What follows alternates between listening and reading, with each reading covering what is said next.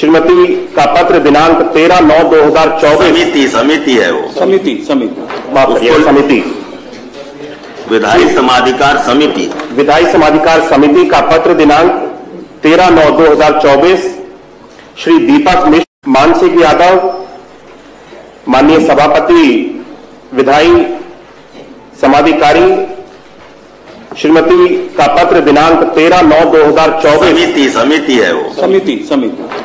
समिति विधायी समाधिकार समिति का पत्र दिनांक 13/9/2024 श्री दीपक मिश्र। मैं एक वक्तव्य आपका दिखा रहा हूं, आपके समाजवादी पार्टी के अध्यक्ष का वक्तव्य है, और वो वक्तव्य है बहुत दुर्भाग्यपूर्ण वक्तव्य है। ये वक्तव्य है श्री अखिलेश यादव का। महोदय, उन्होंने कहा है कि हमारा देश कभी विकसित भारत नहीं बन सकता। ये देखो ना,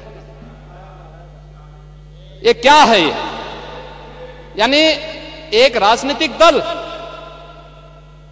अपने देश के प्रति इतनी दुर्भावना रखता है, और इसलिए देश अब इस बात को कहने लग गया है कि अगर श्री राहुल गांधी की उपस्थिति भाजपा की जीत की गारंटी है, तो उत्तर प्रदेश में से अखिलेश यादव की उपस्थिति भाजपा की जीत की निश्चित गारंटी है।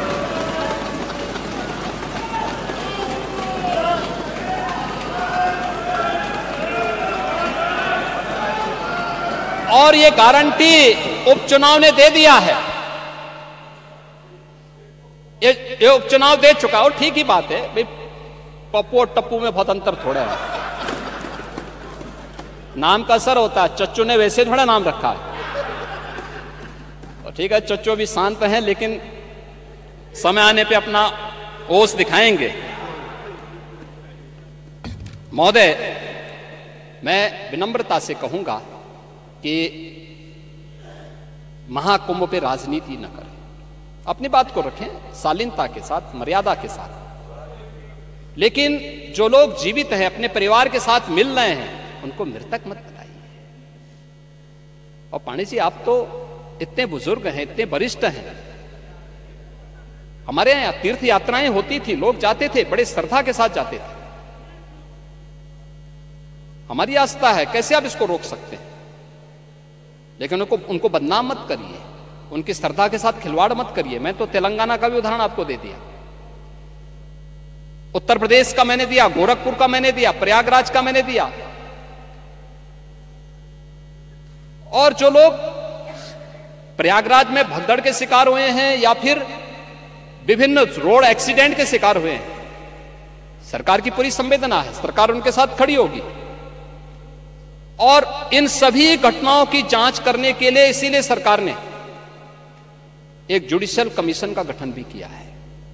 जुडिशियल कमीशन अपना काम कर रहा है, तथ्य भी मांगेगा, जानकारी भी मांगेगा, हर एक स्तर की जानकारी लेगा।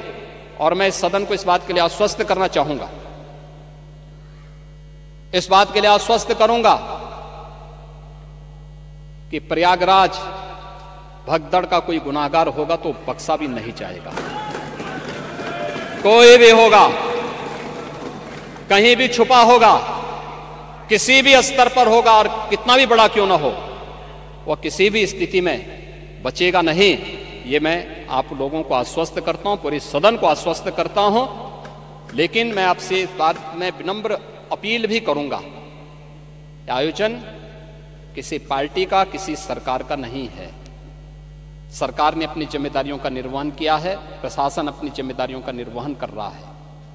यह आयोजन समाज का है, भारत का है, सनातन धर्म का है। और सनातन धर्म को और भारत को कृपया अपने राजनीतिक स्वार्थ के लिए बदनाम मत करिए। मैं एक वक्तव्य आपका दिखा रहा हूं, आपके समाजवादी पार्टी के अध्यक्ष का वक्तव्य है, और वो वक्तव्य है बहुत दुर्भाग्यपूर्ण वक्तव्य है। ये वक्तव्य है श्री अखिलेश यादव का। महोदय, उन्होंने कहा है कि हमारा देश कभी विकसित भारत नहीं बन सकता। ये देखो ना, ये क्या है? ये यानी एक राजनीतिक दल अपने देश के प्रति इतनी दुर्भावना रखता है, और इसलिए देश अब इस बात को कहने लग गया है कि अगर श्री राहुल गांधी की उपस्थिति भाजपा की जीत की गारंटी है तो उत्तर प्रदेश में से अखिलेश यादव की उपस्थिति भाजपा की जीत की निश्चित गारंटी है।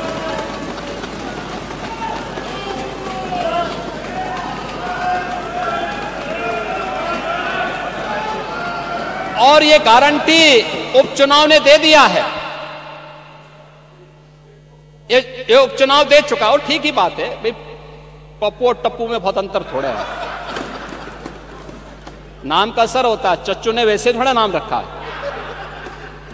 और ठीक है चच्चू भी शांत हैं लेकिन समय आने पे अपना ओस दिखाएंगे। महोदय, मैं विनम्रता से कहूंगा कि